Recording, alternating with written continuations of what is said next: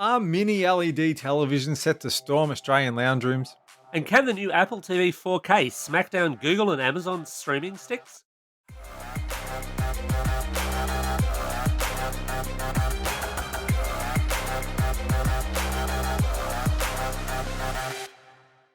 Vertical Hold is proudly brought to you by Aussie Broadband, changing the game with their award-winning network and Australian-based support. Hi there. Welcome to Vertical Hold Behind the Tech News, the tech podcast where we catch up with Australia's leading technology journalists to dive into the big tech stories of the week. I'm Alex Kidman, and I'm joined as always by Adam Turner, a man who seemingly has it all. He's had his first COVID jab, and he informs me that his footy team is on top of the ladder. I assume they're cleaning gutters or something up there. And also has a new sponsor, and yet somehow he's not happy. Adam, what tragedy could you possibly draw out of all of that?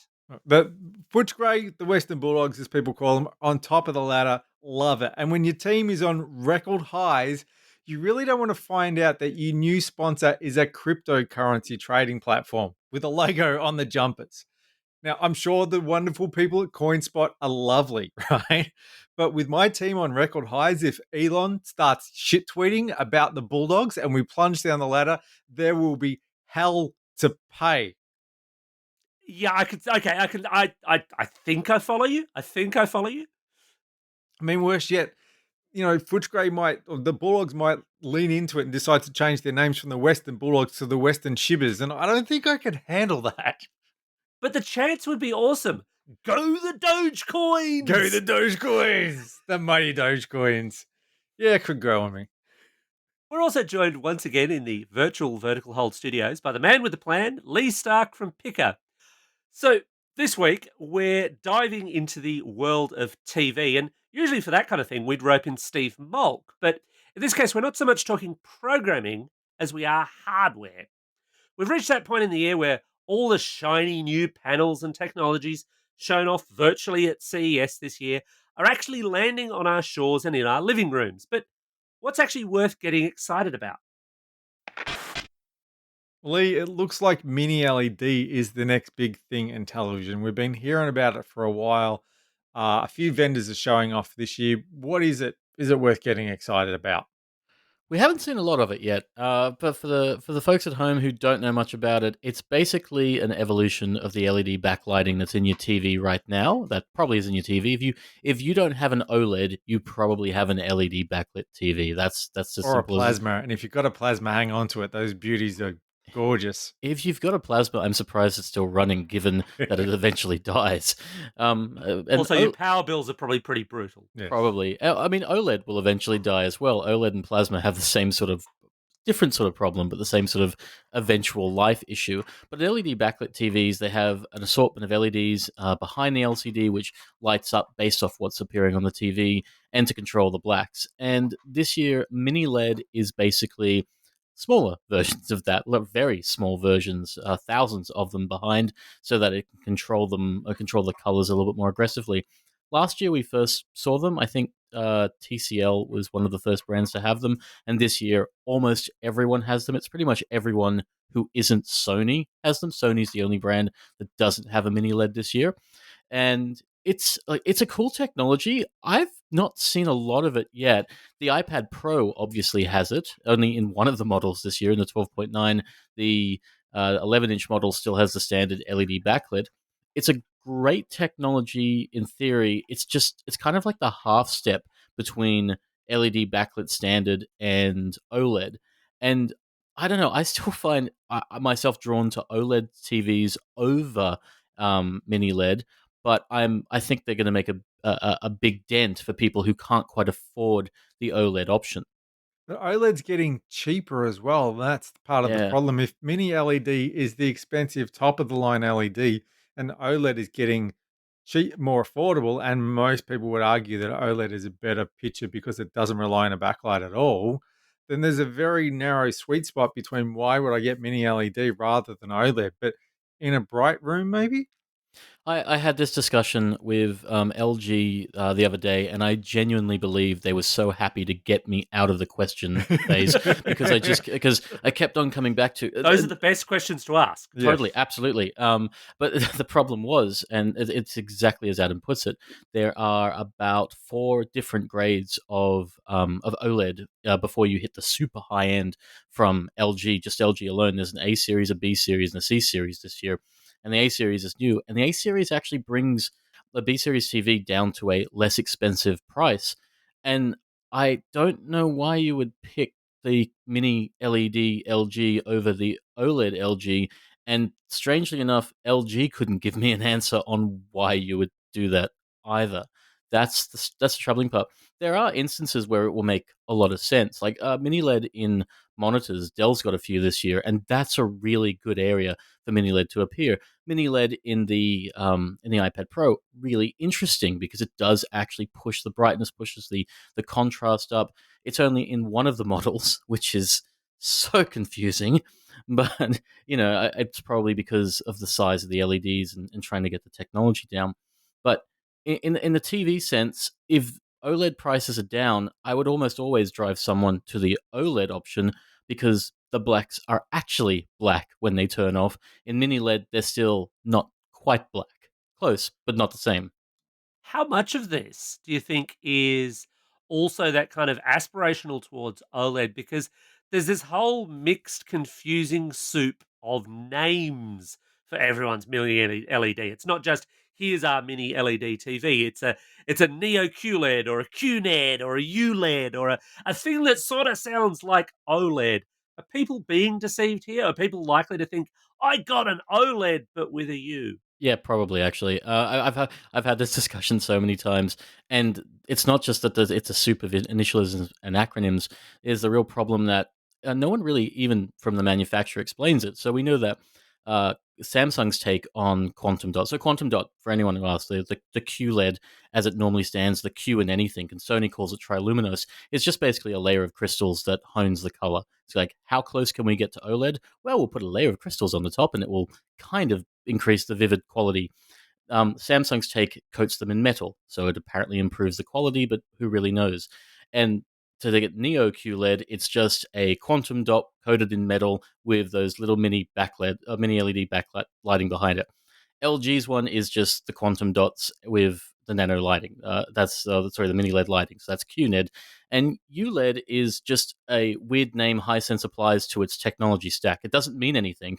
I've had this discussion so many times. I've tried to get an acronym out of it, and it literally means nothing. The U means We nothing. needed an acronym here, so Yeah. we put one here because everyone else has got one. You better come up with a name for this LED.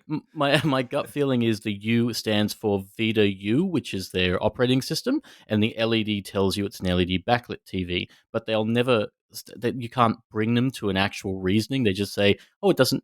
That's our term." That's all. That's all they say. That's Yeah. our term. So all of these technologies are largely the same. I think I've always thought that the Q was a good way of convincing people it's like an OLED but isn't, because it's not a very large jump to misread the QLED to an OLED. But QLED must be better because Q comes after O. I said to Right? Samsung once, why don't you just jump straight to Z LED and be over and done with it? They Because didn't take Q it is well. worth more in Scrabble, that's why. 10 They didn't points. take it well. Is Q worth more than Scrabble? Is it Q and X are the worth the most? As memory serves, yes. Now, we're talking about mini LED, and obviously the technology is the same, but is the implementation? I mean, we saw this with 4K and even Full HD. The first of those TVs were very expensive, fairly good high-end brands, and you almost immediately had the little challenge brands going, "We've got a Full HD TV as well," but they were junk.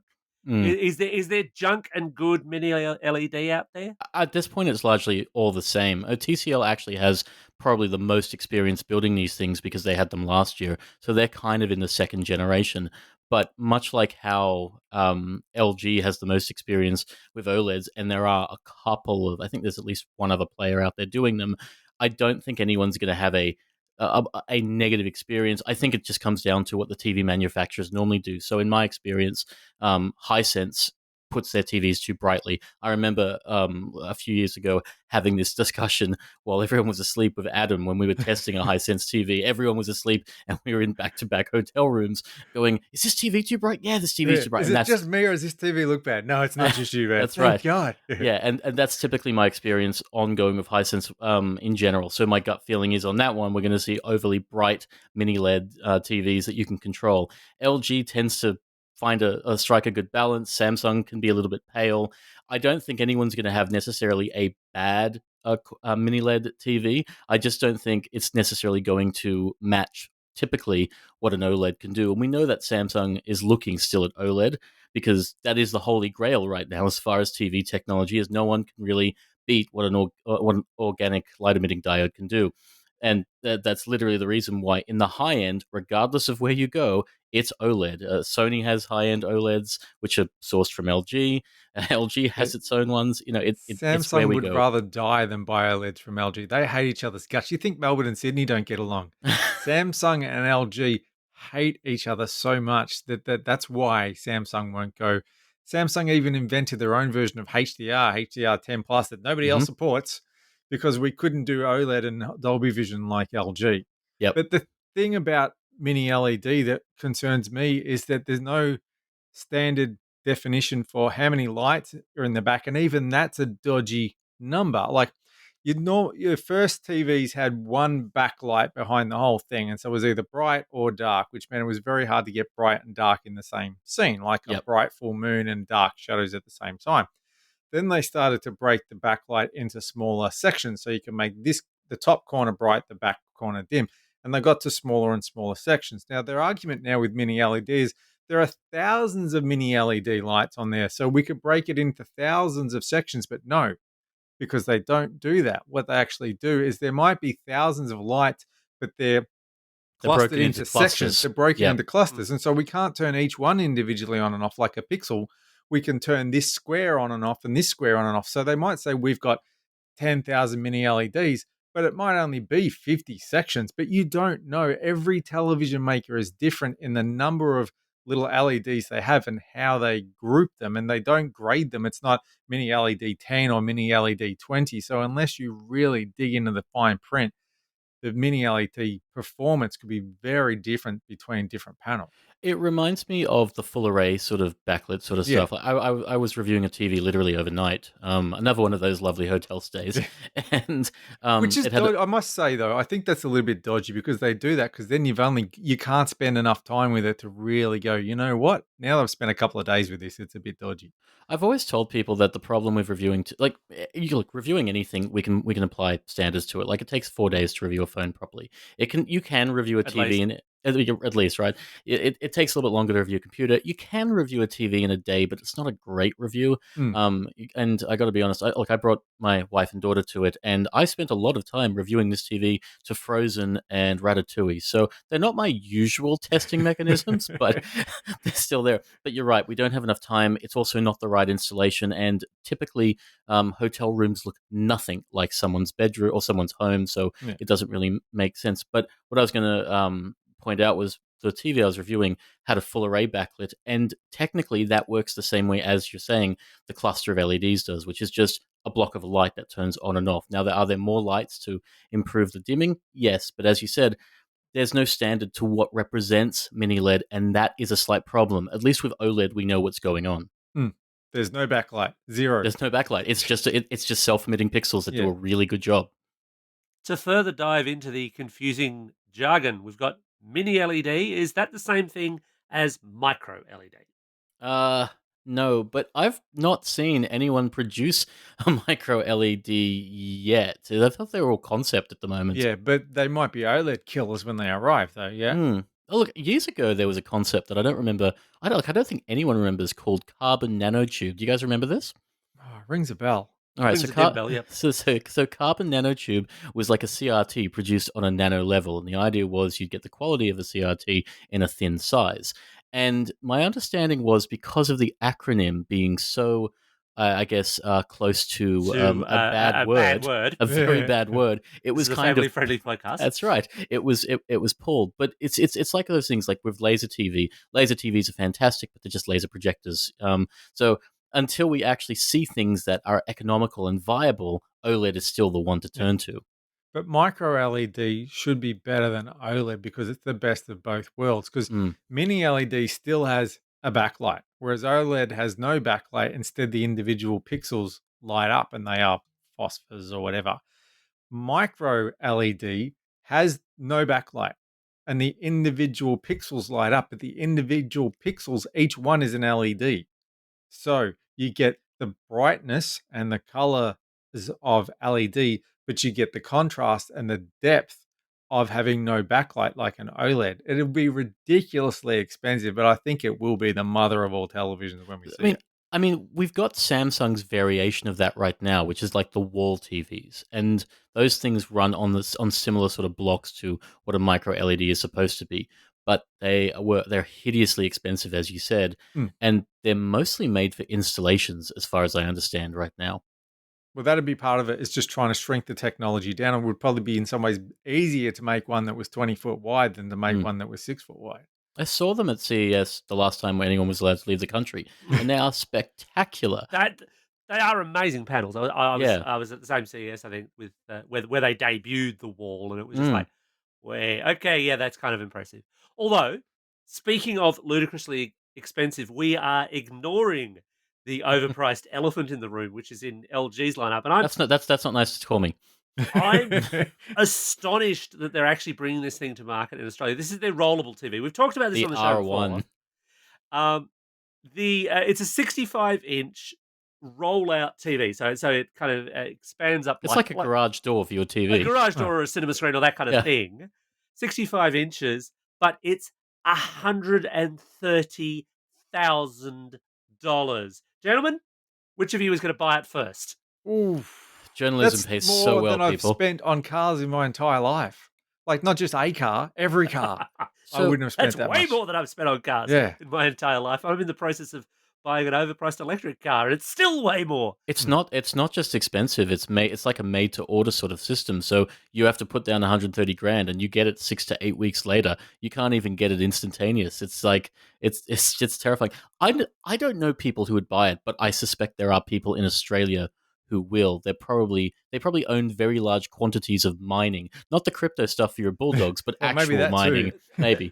The Yeah. bits of dinosaur out of the ground. No, absolutely. I mean, Yeah. I did the sums on this. I just went to retail and looked for LG's most expensive OLED, which would appear at the moment, at the time of recording, to be the G1 77-inch OLED, which runs you about 8-9 grand, depends on what kind of deal you can cut.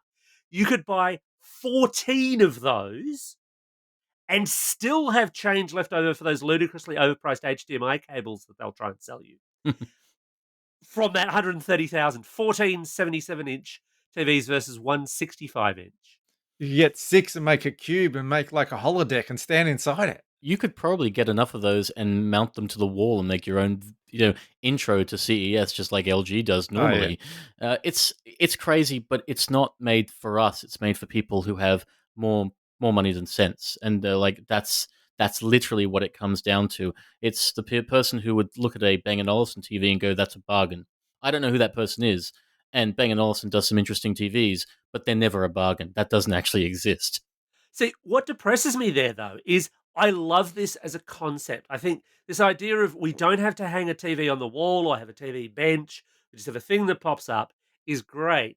And when we've seen previous high-end TVs, like 8K TVs right now, are still stupid expensive, and there's just no 8K There's nothing content. you can run on them. There's no 8K content to watch on them, but they're stupid expensive, but they're not stupid expensive this way. Yeah. They're like in the 20, 30,000, that kind of bracket.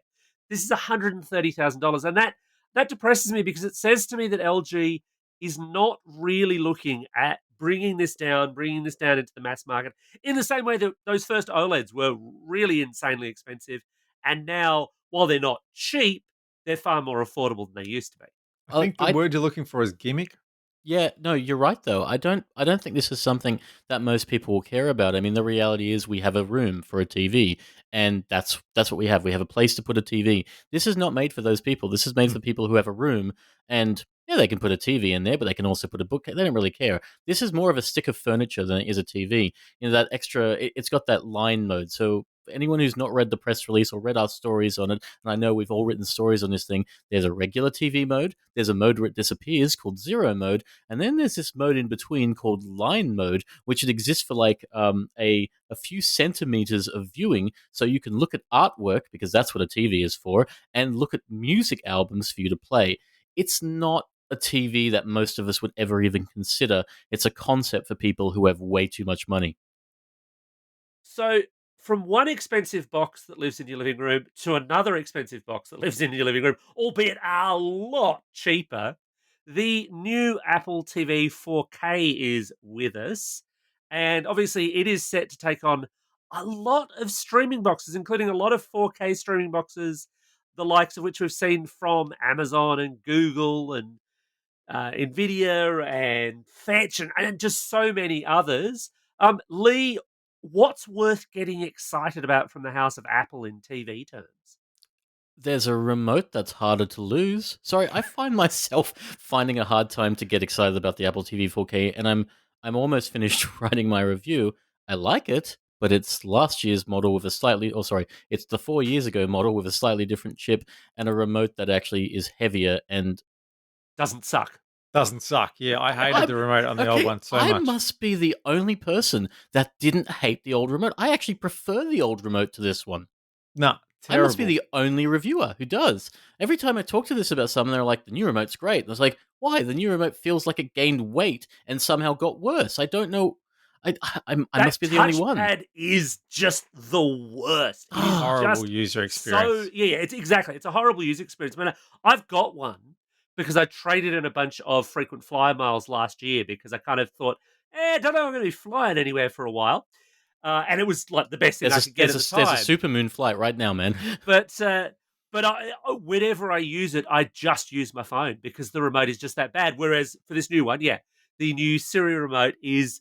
I mean, it's a bit like the old Apple TV remote. It has actual buttons, and of course, it does stuff like HDMI-C, power pass through, and so on. Adam, what's your experience been like? Well, they've gone back to that old click wheel from the original iPods, which is great. It's like a five-way rocker, so it's a button in the middle, and you can push the 4 ways. But the click wheel is also still a touchpad. Yeah, that's what I like about it. You can move your thumb around on it like it was a touchpad, but for when you want that bit more precise control, you can actually go and press on the sides. And at first, I didn't realize. I took it out of the box and I'm using it like a click wheel, and then I went, "Oh shit! I just flicked in it and it scrolled. This is great." So it takes a little while to get the hang of it. But I hated one of the things I hated the most about the old one is that there was no way when you picked up the remote to tell whether you were holding it the right way when you picked it up in the dark. And the remote for my amplifier is the same, and I hate it. A remote control should have something about it that means you can tell. Like the TiVo remotes were great like that. You could tell it fit in your hand, and you knew straight away that you were holding it the right way. And whoever unfortunately, you were using a TiVo, but yeah, yes, but back in the day, that was all right. Let's not say anything that we can't take back here. Yeah. I liked the peanut remote. Thank you very much. But yeah, so that was one thing that was terrible. And they even acknowledged that when they brought out the next version, the remote control had one of the buttons had a tiny little ring around it, so you could feel with your finger with it. But still, it wasn't enough. So yeah, I really like the new remote control. And as you say, that is kind of, at least at first glance, that's the only big difference. But also, it's got better Siri integration and stuff as well. I mean, Siri started off quite well on the Apple TV, and then it gradually got worse. It didn't work for anything eventually, which was one of the problems. So it has improved there. It's not a huge upgrade. That's the thing. The remote is the only major upgrade or down. The remote is the only major change, let's be frank, because the chip in there is a generation ahead, but it wasn't a problem on the previous model. So you buy this new model, it's not an upgrade to what you presently have. If you have the last Apple TV 4K, just get the remote. That's the easy solution. Interesting that they will actually sell you the remote separately. So even Apple acknowledges, yeah, the old remote was terrible. If you've got an old box, you're not going to want to replace it just for the remote, but we'll sell you the remote for $80 or whatever, so you can have the best of both worlds. I was going to say, I see that as a bit of a play on Amazon, because Amazon also sells some of the remotes for its, sells one of the remotes for its devices, and it seems like a really good way to keep people in the system rather than switch to one of the many out there. There is a big difference, though, because Amazon's remote is stupidly overpriced relative to the cost of its devices, whereas the Siri remote is moderate compared to the cost of an Apple TV 4K. Although I Mm. also suspect I might be the only one who hates using a voice assistant with my TV. No, I Full hate it stop. too. No, I can't I stand it. do Yeah. not like it. I I'm just don't holding find a it remote in my enjoyable. hand. Why the hell do I want to do that? There's very Exactly. rare occasions you'd want to Yeah. do it. Because Um, if it screws it up, then it would have been easier to just push a few buttons. Exactly, Yep. exactly. Although the Apple TV 4K also still has that stupid thing where, unless you're using some other Apple device, the text entry is still just a single alphabetical line Mm. rather than a full keypad, which also drives me mad. However, on the processor thing, Lee, the one area that where I think Apple is playing stronger here, and where that new processor is more necessary, is Frame gaming. rate. Yeah, the frame rate thing.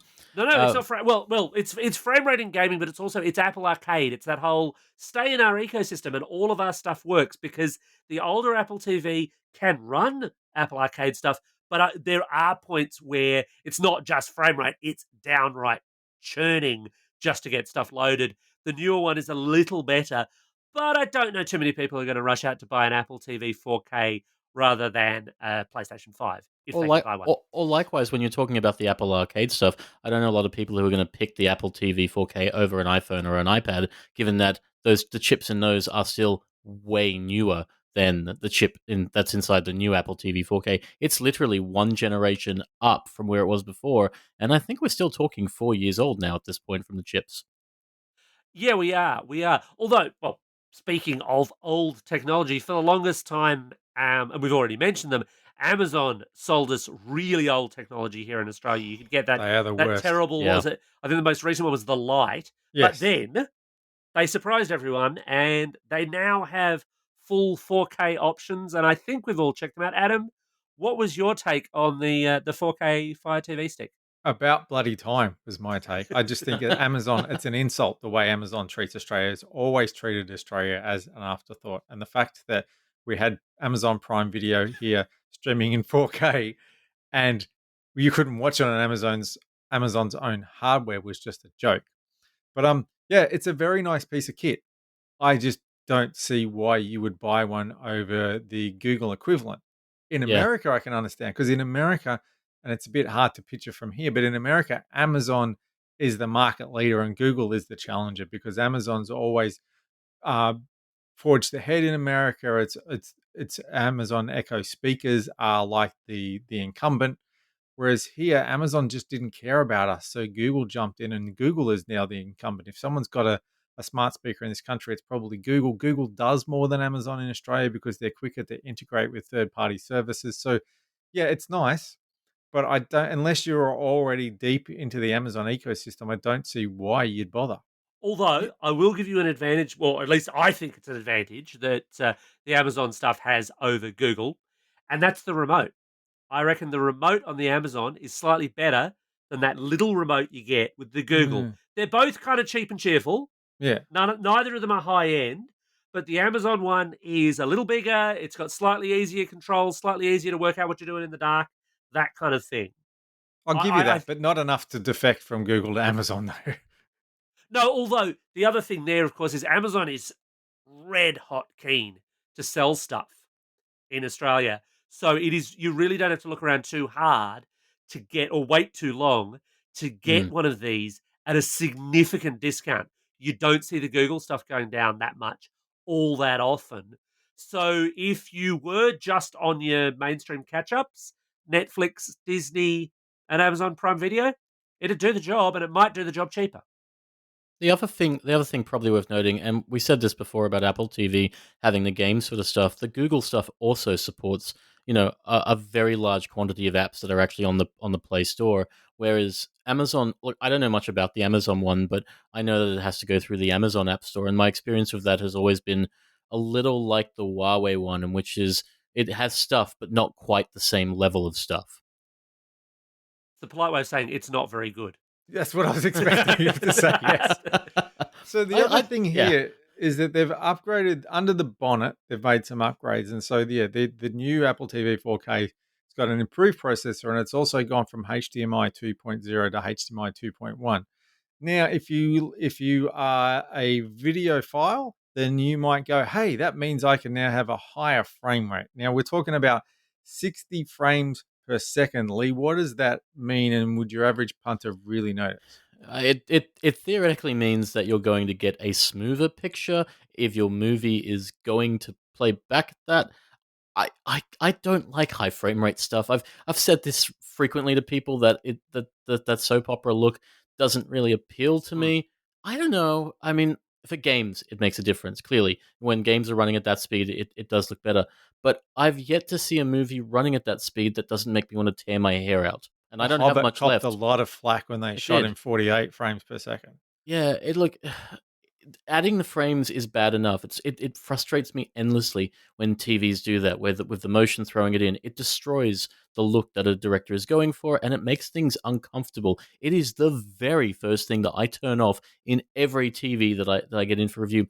So needing to run a movie at 60 frames, I I it's not for me. But I know a lot of people who leave this on, so I want to say that the average punter won't care. Some might. Have we seen much content in 60 frames per second? Because I've looked around and there's a little bit more in the US, Games? but not much here. No, sorry, Games. I mean in terms of video. Yeah, In terms of sure. video, there's one or two things on Netflix. LG said to me, "Oh, if you want to see it in Australia, have a look at the Red Bull app because we all know how much entertainment. That's Alex's favorite app because it's full of sport. It gives him Um, wings. but you've got a little bit more like Hulu and stuff in the US, but very little here. And they're not making a big. It's not like there was a rush to embrace higher resolutions. There was a It's rush to embrace higher dynamic range. I'm not getting the impression there's a rush out there for content creators and content deliverers to embrace higher frame rates. There's not a lot that it gives, and especially when you consider that your TV's kind of already cheating to get you to that point, and it's already ugly enough to look at. I don't know about you guys, but every time I'm told that the TV can magically turn it on and off, I'm proven otherwise that the Yeah. TV clearly can't.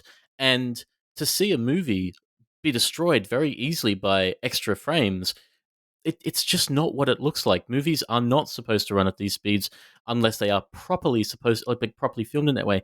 And The Hobbit as a was a test, and it wasn't a successful test at that. So sports is what I've heard this applies to, but Yes. no one is shooting in Australia at 60 frames yet. It's in Japan mostly, and I think it was pitched for the Olympics in 8K at 60 frames. We're never going to see that here. We'll be lucky to even get that in a demo for I the was going to 8K say it'll be TVs. demo reel when you go and look at TVs in the shops, and then you get it Yeah, home and wonder why it doesn't look like that. absolutely. You're not going to see a TV shot at 60, a TV show shot at 60 frames a second. And if you do, will it really add anything? Well, speaking of things not looking like they do in the shops, the other thing that they're pitching with the new Apple TV is this whole calibration with your iPhone business. I like this feature a Um, lot. No. Well, I was actually going to point out, and it's a bit of a trap that I've seen a few comments and reviews and so on fall into. This is not exclusive to the new Apple TV 4K. If you've No, got the old one, it can do it as well if it works. I've actually tested it on a couple of TVs that I've got just to see what it would kind of do towards the low end, and it spits the dummy out. It won't actually do it. it just warms up the TV. That's what I found. It's not a real color tweaking thing. Like you look at what TV reviewers do. It doesn't really change things as such. It lowers the saturation and it warms it up slightly, but it's not like a color profile with a spider. It's kind of just it's a cute little cheat to get people to make their TVs look marginally better. I know what you're going to say, Adam. It's not the real thing, and it's clearly not the real thing. But it's a nice little step for people who think their TVs look like garbage anyway. I was going to say, it also works from what I understand on the Apple TV HD, which is the one that came before the 4K. So it's kind of a cute gimmick that works across the range, which I like. But I think anyone who actually occurs to them, hey, I should calibrate my television, probably knows enough to then go, hey, I will actually calibrate my television. I won't get the Apple TV to tweak its colors to compensate. I will go in and change the settings. And if you don't know enough to do that, then you probably don't care enough to even do this thing with their phone. See, no, I think the exact reverse is probably true. There's a lot of people who think, "Oh, I wish my TV was properly calibrated," but I get into this menu and it's talking contrast and brightness and Yeah, And all these gamma and settings, and I yeah. don't want to break anything. Apple says I can point my phone at it and it'll magically do it for me. I'm in for that. People like yeah. easy. Yeah. Yeah, and I kind of I bring it back to what we were talking about before, Adam, when we were reviewing at Hisense a few years ago, and we knew it was like, wow, this screen is stupidly bright. It's really hard to watch. It's searing my eyelids. In that instance, yeah, we went into the settings, we controlled the gamma. It didn't do a whole lot. Maybe Apple TV could have salvaged that look and made our eyelids thankful. Well, that just about wraps up another episode of Vertical Hold. Thanks to Leigh for making time for us for this week's show. Thank you, and I'm looking forward to investing in the Bulldogs for some reason or another. Go the Up mighty 50% today, Yay! down 50% tomorrow. Bulldog coin. And Leigh, you've been here many, many times. You know the standard questions by now, so I'll hit you with them. Where can people find your work online? Where can they find your social media online? And the big contentious question, which I will remind you, you got wrong last time. Which sci-fi TV show is the all-time greatest? I got this wrong last time. You can find me at pickr.com.au. You can find me on Twitter. And clearly, the best program of all time is the show I still haven't watched, Babylon 5. That is the best science fiction. But seriously, it's Voyager. 2 in a row. No, Babylon 5, absolutely. End of discussion. New question next week. Leigh has answered this question of his own free will, people. I just took the cliff notes. It's in the Vertical Hold cliff notes. It says the liner notes right here. You have to answer with Babylon 5 or they execute. Never mind. And as always, you can catch us online at Vertical Hold AU on Twitter, at verticalhold.com.au, or via the Vertical Hold Facebook page. Thanks, everyone, for listening again. Stand by as we take Leigh out the back and give him a beating. Babylon 5, 4, 3, 2.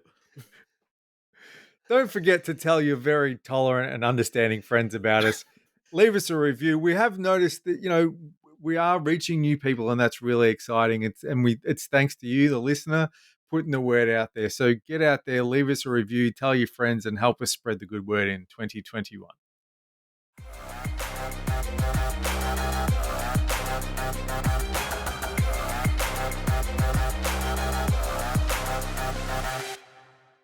Vertical Hold is proudly brought to you by Aussie Broadband, changing the game with their award-winning network and Australian-based support.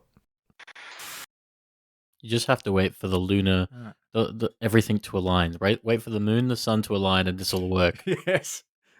Yeah, absolutely. Give it an hour. It'll be perfect. Or the end of the world. That's when all my hair grows back and the fangs come out and I start biting people. That could be good podcasting right there.